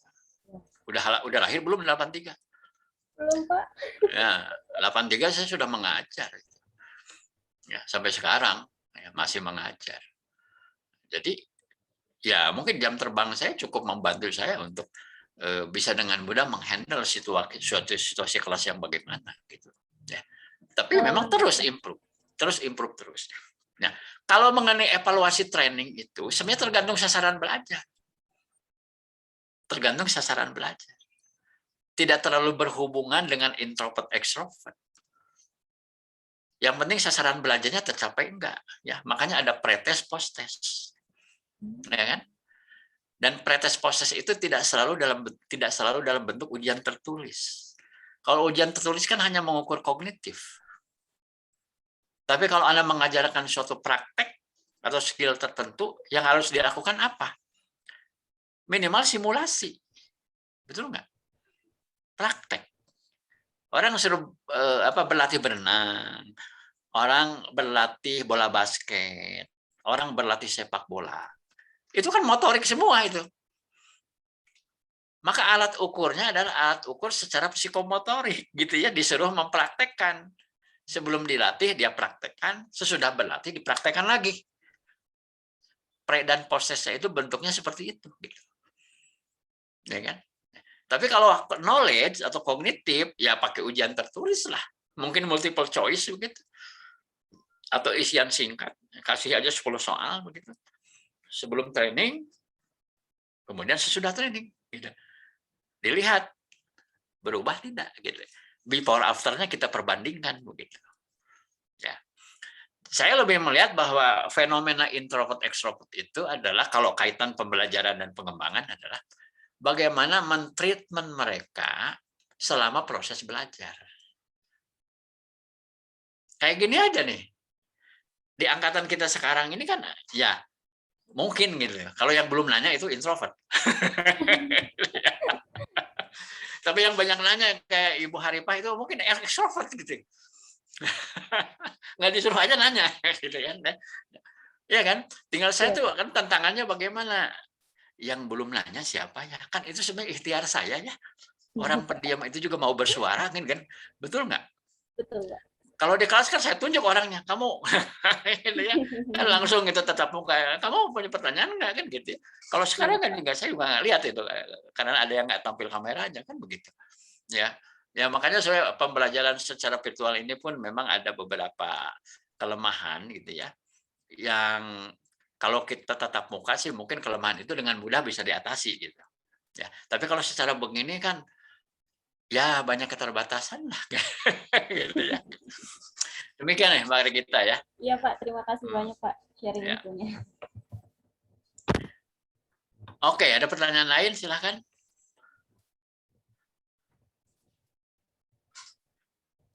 Ini agak ekstrovert, introvert kelasnya. Ya, agak introvert.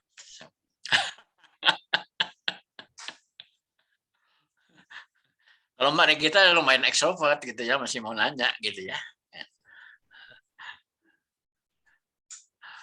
Oke, saya lanjut nih slide-nya nih.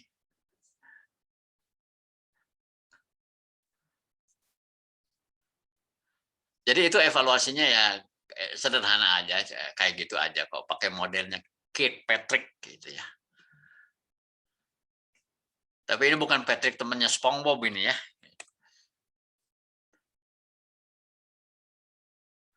Nah, berikutnya ini saya tampilkan contoh prosedur dan formulir ya. Bagi Anda yang mau sertifikasi untuk HR Manager, misalnya ini adalah portofolio yang diminta, gitu ya, portofolio yang diminta. Ini contoh prosedur dan formulir. Nah, ini contoh. Misalnya prosedur pelatihan, ya, manajer terkait, ya. Jadi ini flowchart ya, membacanya dari atas ke bawah ini. Ya. Menyampaikan kebutuhan pelatihan, ya, menggunakan formulir ini, ya. Kemudian kepala Biro Rekrutmen dan Training menerima permintaan pelatihan, ya.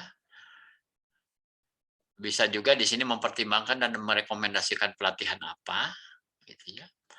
Kemudian ACC Manager HRD, ya. Kalau tidak diinformasikan, ya ini bisa ACC bisa tidak, ya kalau tidak ya mungkin karena sesuatu hal mungkin belum bisa dilaksanakan sekarang, misalnya karena masalah anggaran dan sebagainya, misalnya, atau dianggap tidak relevan, misalnya. Misalnya kepala security minta training memasak misalnya untuk anggota security, kan itu ternyambung gitu kan, misalnya kayak gitu ya. Kalau ACC kemudian analisis teknik pelaksanaan, nih bagaimana pelaksanaannya ya.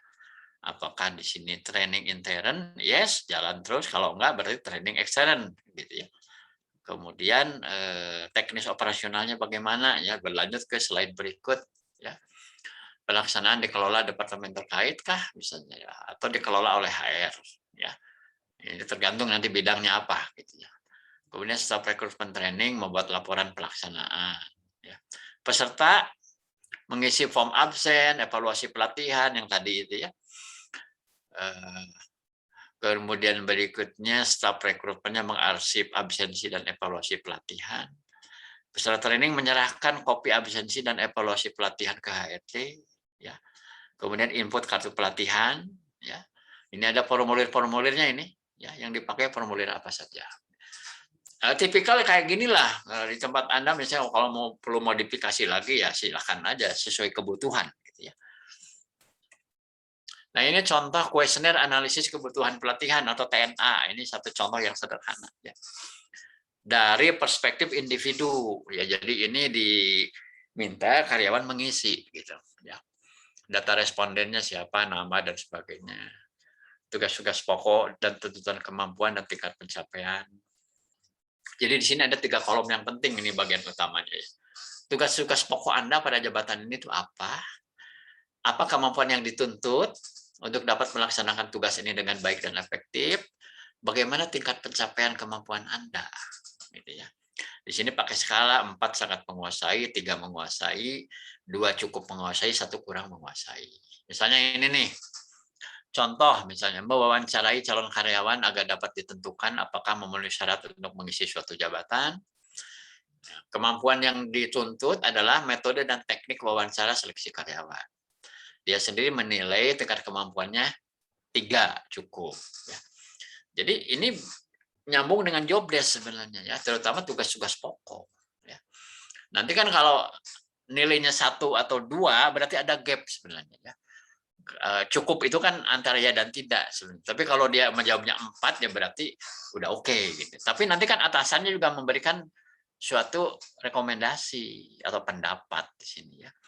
Catatan atau rekomendasi dari atasan langsung tentang kemampuan kerja, kinerja, dan kebutuhan pelatihan yang diusulkan. Jadi ini contoh formulir TNA ini. Ya. Kemudian ini lembar permintaan pelatihan. Ya. Jadi training request gitu ya. Nah, seperti inilah contohnya. Kemudian ini catatan pelatihan ya, ini semacam apa ya, daftar hadir lah gitu ya. Kemudian ini lembar evaluasi. Ya, ini ada pre-test dan post-testnya di sini. Ya. Misalnya dalam satu kelas, misalnya berapa orang, ya, bidang apa sih pelatihannya, gitu, misalnya menjahit, misalnya mengelas, misalnya, ya, atau apa saja sesuai dengan kebutuhan. Nah, ini formulir evaluasi pasca pelatihan di tempat kerja, ya. Nah, jadi ada evaluasinya. Apakah meningkat atau tidak kompetensinya, ya. Jadi atasannya yang menilai juga. Ya. Tadi yang disebut apa?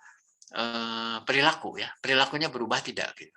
Menggunakan alat bantunya formulir penilaian ini, evaluasi ini. Ya. Nah, inilah referensi yang bisa Anda pakai. Ya. Demikian kurang lebih pelatihan pembelajaran dan pengembangan. Silakan kalau ada yang mau bertanya, jangan sungkan-sungkan.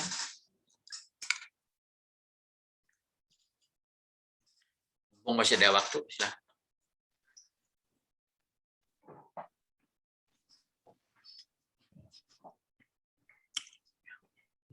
Gimana? Menambah pengertian atau tambah bingung? Ayo silakan Bapak Ibu, kalau ada pertanyaan yang ingin diajukan, kita masih ada waktu 15 menit lagi nih. Kalau nggak ada yang nanya itu kan dua kemungkinan. Ya. Sudah sangat jelas. Kalau atau yang kedua, nggak tahu itu yang diomongin apa sih. Ngomong apa nih Pak Dadang? Nggak jelas yang diomonginnya apa. Jadi saya juga bingung mau nanya apa. Gitu ya. Tapi mudah-mudahan yang pertama, jadi karena sudah sangat jelas, sudah nggak perlu ada yang ditanyakan lagi. Gitu. Silakan, mungkin punya contoh kasus atau apa atau pemikiran lain boleh. Silakan.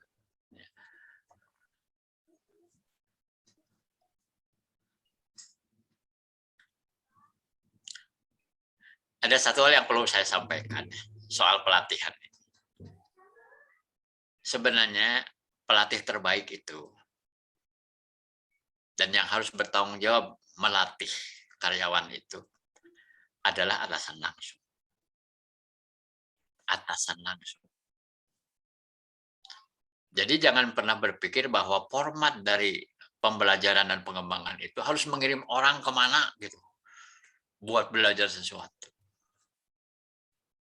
Ya mungkin bisa saja seperti itu kalau sumber-sumber belajarnya tidak tersedia gitu. Tidak ada instruktur yang bisa mengajari itu. Ya. Atau bukan kompetensi atasannya gitu. It's okay ya. Tapi kalau bicara kaitan job desk, si A, si B, si C itu kerjaannya apa dan harus bisa apa. Setuju nggak kalau saya bilang bahwa sebenarnya yang paling jago untuk mengajarkan itu atasannya sebenarnya. Betul nggak? Oleh karena itu sebenarnya setiap atasan itu harusnya bisa menjadi seorang coach yang baik. Harus bisa menjadi seorang trainer yang baik. Minimal melakukan coaching. Coaching itu kan sebenarnya pembelajaran tatap muka sebenarnya. Ya, coaching. Coaching itu kan sebenarnya berangkat dari dunia olahraga ya, dunia atlet. Ya kan? Bagaimana misalnya seorang coach sepak bola ya membentuk seorang kader atlet itu menjadi atlet yang berprestasi. Dan coaching itu sifatnya itu mikro. Ya. Kalaupun ada beberapa orang biasanya tidak terlalu banyak biasanya. Ya. Jadi justru bagian pentingnya itu adalah ini bagian pentingnya ya. Semua manajer harus mengikuti program yang namanya training for trainers. Atau mengenai metode dan teknik coaching. Ya. Karena sebenarnya tanggung jawab untuk mengembangkan dan melatih seorang karyawan itu terletak di pundak atasannya sebenarnya. Setuju nggak? Terus mungkin ada pertanyaan, lah terus itu HRD kerjanya apa? Kalau yang melatih itu harus atasannya. Sekarang saya balik nanya. Di tempat saya ada ribuan orang tukang jahit. Pertanyaannya, harus saya yang melatih menjahit? Boro-boro bisa saya ngajarin menjahit. Betul nggak? Ya, supervisornya dong yang lebih jago menjahit. Tapi bidang lain oke. Misalnya soft skill.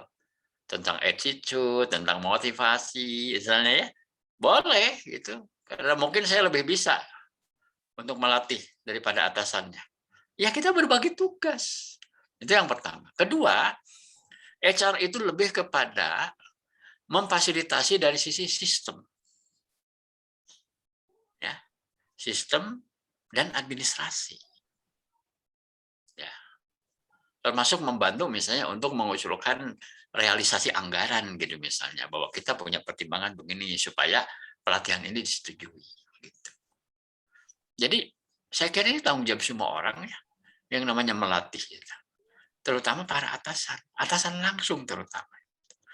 Makanya kalau saya melihat bahwa seandainya semua atasan itu bisa melatih, bisa memberi coaching, mestinya persoalan pengembangan SDM itu lebih paruh bisa teratasi begitu. Ya. Yang terjadi sekarang itu kan begini, si atasan menuntut karyawan harus terampil, harus kerja bagus, tapi dia lupa melatihnya. Gitu. Ya, dia tidak benar-benar mengalokasikan waktu, ya, mengerjakan hal teknis. Jangan lupa loh yang namanya manajemen itu ya, definisi.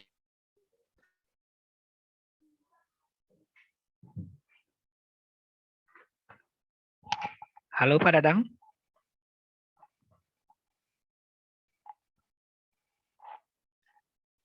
Halo Pak Dadang, terputus suaranya.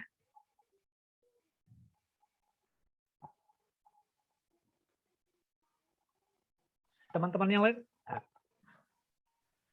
Silakan kalau mungkin ada pertanyaan yang lain. Silakan. Ini koneksi di saya kurang stabil ini. Oh. Agak putus-putus ya. Iya, Pak.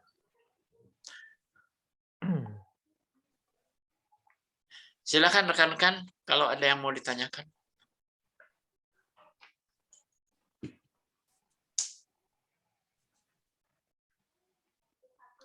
Pak Wilman, masih ada Pak Wilman? Halo. Pak Wilman jago nih, bidang ini nih, bisa sharing nih. Saya lagi ini Pak, lagi apa namanya, lagi ada di ini ada beberapa orang, jadi nggak bisa ini. Oh ya, bicara Pak. nggak apa-apa. Silakan lanjut aja Pak. Ya. Saya jadi ingat apa yang dikatakan oleh Jack Welch, Pak Dadang. Ya. Dia mengatakan gini, kami menghabiskan seluruh waktu kami untuk pengembangan SDM. Pada saat kami mengabaikan aspek manusia dalam perusahaan, maka tamatlah riwayat perusahaan kami. Begitu katanya Pak. Ya, ya. Itu CEO kelas dunia yang ngomong loh. Masa kita nggak percaya? Iya. Jack Welch. Ya. Nah, jadi pada saat kami mengabaikan aspek manusia dalam perusahaan, maka tamatlah riwayat perusahaan kami. Ini dalam sekali maknanya. Betul. Iya. Setuju, setuju. Nah, teman-teman ada lagi yang ingin bertanya? Ya, iya Pak.